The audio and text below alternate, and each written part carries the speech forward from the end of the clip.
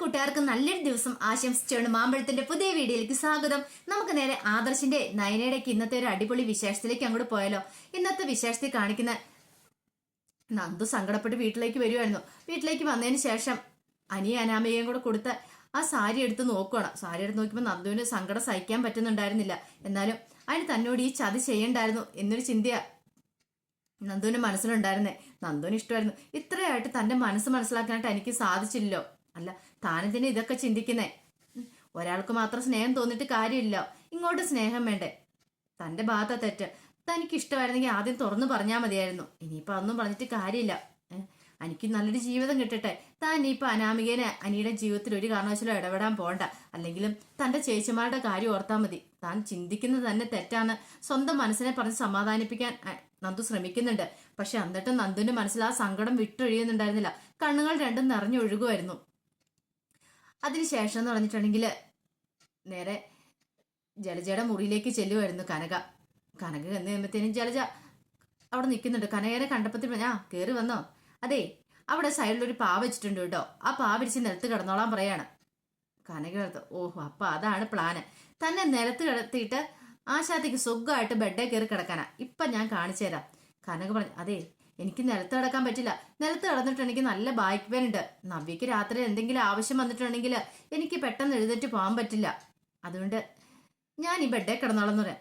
ആഹാ, നീ ബെഡേ കിടന്നപ്പിന് ഞാൻ എവിടെ കിടക്കണേന്ന് ചോദിക്കുവാണ്. ഓഹോ, അപ്പൊ അങ്ങനെയാണ് കാര്യങ്ങൾ. അല്ല, ഞാൻ ബെഡേ കിടന്നാലും എനിക്ക് കുറച്ച് സ്ഥലം മതി. ആ സൈഡിൽ കിടക്കാലോ. ഇത്രയും വലിയ ബെഡല്ലേ. ഇപ്പൊ 2 പേർക്ക് സുഖമായിട്ട് കിടക്കാലോ. ഞാൻ പിന്നെ കിടക്കുന്നിടത്ത് തന്നെ കിടക്കുള്ളൂ. അങ്ങോട്ടും ഇങ്ങോട്ടും വന്ന് കൈയും കാലും ഒന്നും മേത്തെടുത്തിടൂല. അതോർത്ത് പേടിക്കേണ്ടെന്ന് പറയാം. പിന്നെ അവസാനം ജലജയ്ക്ക് സമ്മതിക്കേണ്ടതായിട്ട് വന്നു. ജലജ മനസ്സിൽ ചവാകി നേർച്ച ചേർന്നിട്ട് നിനക്കിട്ട് ഞാൻ കാണിച്ചു തരാടി. ഇന്നത്തോടു കൂടി നിന്റെ മുറിയിലെ ഈ പൊറുതി ഞാൻ അവസാനിപ്പിച്ചെന്നെ ഓടിക്കും ഞാൻ. ഈ ജലജയോടാ നിന്റെ കളി എന്നും പറഞ്ഞുകൊണ്ട് ജലജ അങ്ങോട്ട് കിടക്കുവാണ്. ഈ സമയത്ത് കനകയും പോയി കിടന്നു. പെട്ടെന്ന് കനക എടുത്ത് അയ്യോ, വീട്ടിലേക്ക് വിളിച്ചില്ല, ഗോവിന്ദനെ വിളിച്ചില്ല, ഒന്ന് വിളിച്ചു നോക്കാന്നേരത്ത് കോൾ വിളിക്കണം. ഈ സമയത്ത് ഗോവിന്ദനാണെങ്കിൽ വിഗ്രഹത്തിന് കുറച്ച് മെയിൻ്റനൻസ് പണിയും കൂടെ ചെയ്തുകൊണ്ടിരിക്കുകയായിരുന്നു. അപ്പൊ കനകയുടെ കോൾ നിന്നുമ്പോൾ കോൾ എടുത്തു. അല്ല ഗോവിന്ദേട്ടാ, ഗോവിന്ദേട്ടൻ എന്ത് ചെയ്യുമെന്ന് ചോദിക്കണം. ഞാൻ എന്ത് ചെയ്യാനാ, ഞാനിവിടെ വർക്കില്ലാന്ന് പറയും. ഓ, ഞാനിത് ഇവിടെ ബെഡ്റൂമിൽ കയറിയെന്ന് പറയാം. എൻ്റെ ഗോവിന്ദേട്ടാ, നല്ല എ സിക്കകത്ത് എന്നാ സുഖമാണെന്നറിയോ, എന്നാ വലിയ പതുപതുത്ത മെത്തേ. ഗോവിന്ദൻ പറഞ്ഞു അതെ, കൂടുതൽ അഹങ്കരിക്കണ്ടെന്ന് പറയാ. അവിടെ ഒരു പ്രശ്നം ഉണ്ടാക്കാതെ ഇങ്ങോട്ട് വന്നേക്കണം എന്ന് പറയാം. പിന്നെ ഞാനോ അങ്ങനെയൊക്കെ എന്തേലും ചെയ്യുന്നു ഗോവിന്ദന് തോന്നുന്നുണ്ടോ എന്ന് പറയണം. പിന്നെ പറഞ്ഞു അതെ, ആ നന്ദുവിനോട് പറയണം, ഫ്രിഡ്ജിനകത്ത് മാവൊക്കെ ഇരിപ്പുണ്ട്, അതൊക്കെ എടുത്ത് ദോശയൊക്കെ ഉണ്ടാക്കാൻ രാവിലെ. അവളുടെ സ്വഭാവം അറിയാലോ, അവൾ ചിലപ്പോൾ അങ്ങനെ അങ്ങോട്ട് കിടന്നുറങ്ങും. അവളെ രാവിലെ വിളിച്ചെഴുന്നേപ്പിക്കണം കേട്ടോ. പിന്നെ ആ അലക്കാൻ ഇട്ടേക്കുന്ന തുണിയൊക്കെ ഉണ്ടല്ലോ, അലക്കി ഇട്ടേക്കുന്നേ, അതൊക്കെ എടുത്ത് വെക്കാൻ പറയണം. അല്ലെങ്കിൽ അവളൊന്നും ചെയ്യത്തൊന്നും ഇല്ലെന്നേ, അത് അവിടെ കിടന്ന് മണം പിടിച്ച് കിടക്കത്തുള്ളൂ എന്നൊക്കെ പറയണം. ജലജ ഈ സമയത്ത് ഓ എന്റെ ദൈവമേ, ഇതുപോലത്തെ ഈ സൗണ്ടും ഒച്ചപ്പാടും കേട്ട് മര്യാദയ്ക്ക് സമാധാനത്തോടെ മുറി കിടന്നുകൊണ്ടിരുന്നായിരുന്നു. ഇവര് കയറി വന്ന് ഉള്ള സമാധാനം കളഞ്ഞു. നിർത്തുന്നില്ലോ. പിന്നീട് കനക ഇങ്ങനെ ഓരോന്നൊക്കെ ഗോവിന്ദനോട് പറഞ്ഞിങ്ങനെ കൊഞ്ചിക്കൊഴിഞ്ഞോണ്ടിരിക്കുവായിരുന്നു. അത് മനഃപൂർവ്വം ജലജനെ കേൾപ്പിക്കാൻ വേണ്ടിയിട്ടും കൂടെ ഉള്ളൊരു പരിപാടിയായിരുന്നു. ജലജ പറയാ ഈ പ്രായത്തിലും കുഴിയിലേക്ക് കാലം നീട്ടിയിരിക്കുക, എന്നിട്ട് റൊമാൻസിന്റെ ഒരു കുറവില്ല, നാണമില്ല കിളവിനും കിളവിക്കെന്നും പറഞ്ഞുകൊണ്ട് ജലജ കുറെ സമയമൊക്കെ അനങ്ങാതെ കിടന്നു. പിന്നീട് ജലജയോട് ദേഷ്യം വന്നു. നല്ല ഒച്ചത്തിലാ തന്നെയാ കനക സംസാരിക്കുന്നത്. ആ ജലജയ്ക്കൊരു പണിയാണല്ലോ കൊടുക്കുന്നേ. നിലത്ത് കിടക്കാൻ പറഞ്ഞ എൻ്റെ ഒരു വാശി തീർക്കുമായിരുന്നു കനക. കനകയുടെ അടുത്ത് ജലജയുടെ അടവ് അഭ്യാസമൊന്നും നടക്കില്ല. പെട്ടെന്ന് ജലജ അങ്ങോട്ട് എഴുന്നേറ്റിട്ട് പറഞ്ഞു അതെ, ഇവിടേക്ക് ബാക്കിയുള്ളവർക്ക് കിടന്നുറങ്ങണം, ആ ഫോൺ ഒന്ന് വെക്കാമെന്ന് ചോദിക്കും. അത് പതുക്കെ സൗണ്ടിലേക്കണോ, ഇത്ര സൗണ്ട് സംസാരിക്കേണ്ട ആവശ്യമുണ്ടോ? അല്ലെങ്കിൽ ഒരു കാര്യം ചെയ്യും, നിങ്ങൾ പുറത്തു പോയി സംസാരിക്കുക. അത് പറഞ്ഞിട്ട് കാര്യമില്ല, ഒരു മുറി കയറി വന്നിട്ടുണ്ടെങ്കിൽ ഉള്ള മാനേഴ്സ് എന്താണെന്ന് അറിയാമെങ്കിലല്ലേ അറിയത്തുള്ളൂ എന്നും പറഞ്ഞിട്ട് കടന്ന് ദേഷ്യപ്പെടുകയാണ് ജലജ. കനക പറഞ്ഞു ഒരു മിനിറ്റ് ഗോവിന്ദേട്ടാന്ന് പറഞ്ഞ് അതെ ഇപ്പൊ തന്നെ ഞാൻ കോള് വെച്ചാളാന്ന് പറഞ്ഞിട്ട് പിന്നെയും സംസാരിക്കുകയാണ്.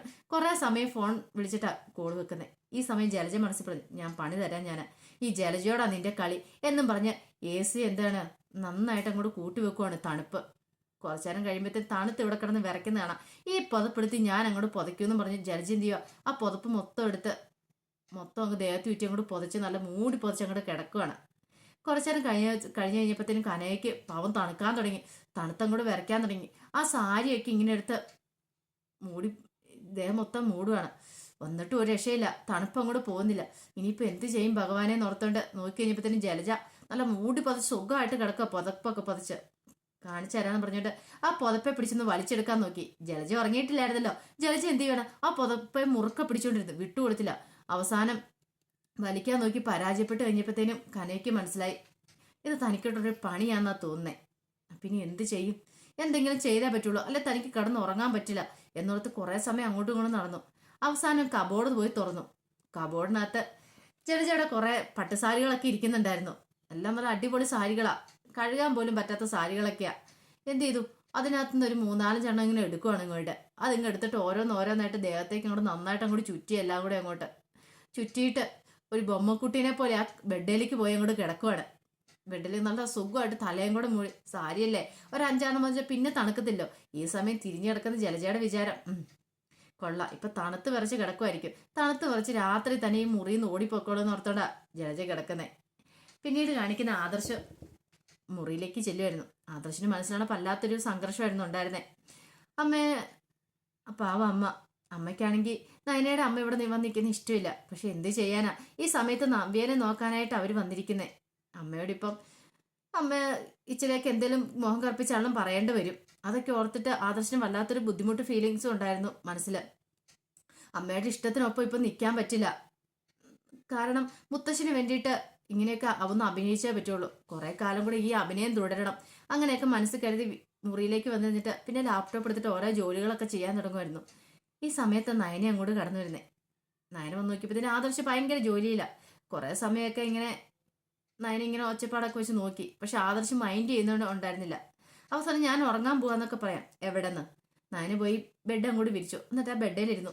ബെഡിലിരുന്നിട്ട് അതെ, good night laptop, good night sweet dreams keyboard എന്നൊക്കെ പറയാണ്. ആദർശ് നോക്കി. ഇതെന്നാ കളിയാക്കുവാണോന്ന് ചോദിക്കും മനുഷ്യനെ. അല്ല, എപ്പം നോക്കിയാലും ആ ലാപ്ടോപ്പിനകത്തേക്ക് മുഖം കുടിച്ചിരിക്കുന്നുണ്ട്. അതുകൊണ്ടാണ് ഞാൻ ലാപ്ടോപ്പിനോട് ഗുഡ് നൈറ്റ് പറഞ്ഞെന്ന് പറയണം. അല്ലെങ്കിൽ ഇത്ര സമയം ഞാൻ മുറി വന്നിട്ട് എന്നോട് ഇത്തിരിയെങ്കിലും സ്നേഹം ഉണ്ടെങ്കിൽ എന്നെ നോക്കുമെങ്കിലും ചെയ്യില്ലേ. ഇത് അതുപോലും ഇല്ലാന്ന് പറയാം. ആദർശ് ചോദിച്ചു, അപ്പം നിന്നോട് എനിക്ക് സ്നേഹമില്ലല്ലേന്ന് ചോദിക്കണം. പിന്നെ ഇതൊക്കെ വെറും അഭിനയമല്ലേന്ന് ചോദിക്കും. അതെ, അഭിനയമായിട്ടാണോ നിന്റെ അമ്മ ഇന്ന് വന്നു കഴിഞ്ഞാൽ താഴെ എല്ലാവരും അമ്മേനെ ചീത്ത പറഞ്ഞ സമയത്തൊക്കെ ഞാൻ അമ്മേനെ സപ്പോർട്ട് ചെയ്ത് നിന്ന് ചോദിക്കും. ഓ, അതാണോ വലിയ കാര്യം എന്ന് ചോദിക്കുകയാണ്. അത് വലിയ കാര്യമല്ലേ? പിന്നെ അതിലൊന്നും ഒരു വലിയ കാര്യമില്ലെന്ന് പറഞ്ഞ് ഞാൻ പെട്ടെന്ന് ആ ബെഡേന്ന് എഴുന്നേറ്റു. ആദർശന്റെ കട്ടിലേക്ക് വന്നിരിക്കുവാണ്. അത് നീ എന്താ ഇവിടെ കയറിയിരിക്കുന്നേ? അന്ന് എനിക്ക് ഇവിടെ ഇരുന്നുകൂടെ? ഞാൻ ഭാര്യയല്ലേന്ന് ചോദിക്കുവാണ്. ഓ, അങ്ങനെ. അതെ, നിങ്ങൾക്ക് സ്നേഹം ഉണ്ടെങ്കിൽ നിങ്ങൾ എനിക്കൊരു കാര്യം ചെയ്തു തരണമെന്ന് പറയും. എന്ത് കാര്യം പറ, എന്ത് കാര്യം ചെയ്യേണ്ടതെന്ന് ചെയ്യാൻ പറ്റുമോ ഇല്ലയോ? അങ്ങനെ മാത്രമേ പറ്റത്തുള്ളൂ. എനിക്കൊരു സാധനം മേടിച്ചു തരണമെന്ന് പറയാം. ഈ രാത്രിയിലോ? ഇപ്പൊ കടയൊക്കെ അടച്ചു കാണും. കടയൊന്നും അടച്ച് കാണില്ല. മേടിച്ചു തരാൻ പറ്റുമോ ഇല്ലയോ എന്ന് പറയാം. ആ, നീ പറ, കാര്യം എന്നതോ? എനിക്ക് സ്വീറ്റ് മുറുക്കാൻ കഴിക്കാൻ തിന്നാൻ കൊതിയാന്ന് പറയാ. സ്വീറ്റ് മുറുക്കാനാ? നിനക്ക് എന്താന്ന് അതിനെ തലയ്ക്ക് എന്നാ വല്ല ഓളം ഉണ്ടോന്ന് ചോദിക്കണം. അത് ഇപ്പൊ ആദ്യരാത്രിക്ക്. ആ, ഇതാ പറഞ്ഞ എനിക്ക് നിങ്ങൾക്ക് എന്നോട് ഇഷ്ടമില്ലെന്നുള്ള. ഇഷ്ടം ഉണ്ടായിരുന്നു, ഇപ്പം നിങ്ങളൊന്ന് മേടിച്ചെന്ന് പറയാം. ആ, ശരി ശരി, കിടന്ന് അലറണ്ട. ഞാൻ ഓൺലൈൻ നോട്ടെ, ഞാൻ ഇപ്പം തന്നെ ഓർഡർ കൊടുക്കാമെന്ന് പറയാണ്. പിന്നീട് ആദർശ് സെർച്ച് ചെയ്യുവാണ്. സെർച്ച് ചെയ്ത് കഴിഞ്ഞിട്ടൊന്നും കിട്ടുന്നില്ല. ഈ രാത്രിയിലൊക്കെ ഷോപ്പൊക്കെ അടച്ചു പോയി കാണുമായിരിക്കും. ഇനി എവിടെ നിന്ന് കിട്ടാനാ എന്നൊക്കെ പറഞ്ഞിട്ടിരിക്കുമ്പത്തേനും നയന പറഞ്ഞു, എനിക്കറിയാനും ഇത് ഇങ്ങനെ വരത്തുള്ളെന്ന്.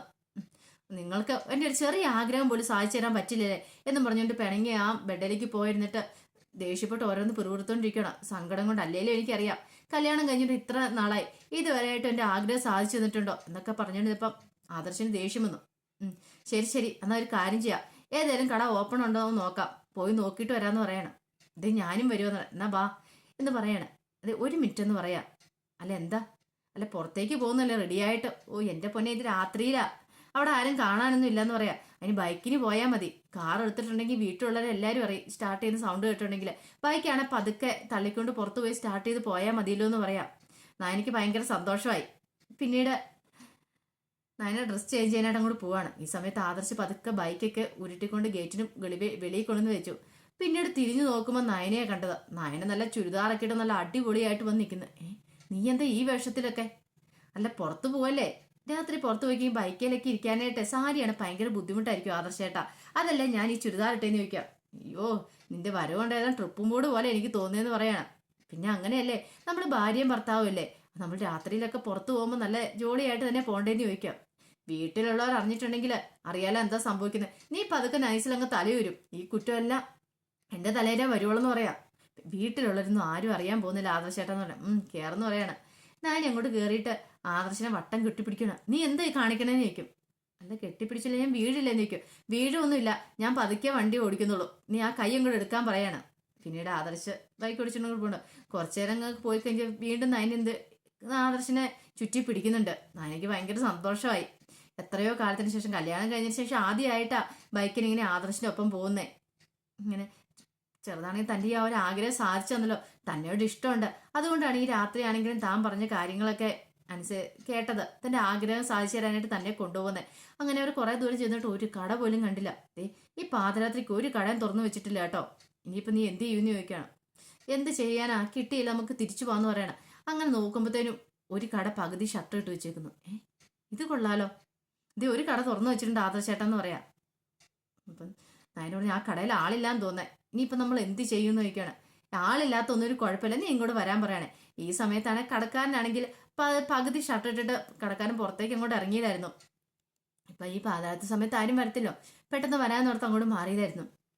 അപ്പോഴാണ് ഇവർ രണ്ടിനും കൂടി ചെല്ലുന്നത്. അപ്പൊ ആദർശ ബാ കയറി ചെല്ലാന്ന് പറയണ. ആദർശേട്ട കടയ്ക്കകത്ത് ആരുമില്ല, ഈ സമയത്ത് നമ്മൾ എങ്ങനെയാ പോണേന്ന് ചോദിക്കുകയാണ്. ആരുമില്ലാതെ ചെന്നാൽ ശരിയാവത്തില്ലെന്ന് പറയാം. നിന്റെ ഈ പറച്ചിലൊക്കെ കേട്ടാ തോന്നും നീ മുമ്പേ കള്ളത്തരമൊന്നും ചെയ്തിട്ടില്ല, നീ ചെറുതിലെ കള്ളത്തരങ്ങളൊക്കെ ചെയ്തിട്ടില്ലേന്ന് ചോദിക്കുക.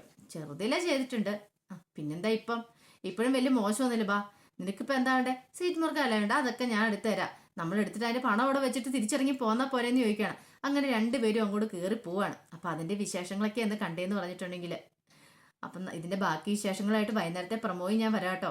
അപ്പൊ ഒരിക്കൽ കൂടി എല്ലാവർക്കും നല്ലൊരു ദിവസം ആശംസിച്ചുകൊണ്ട് നിർത്തുന്നു. നന്ദി.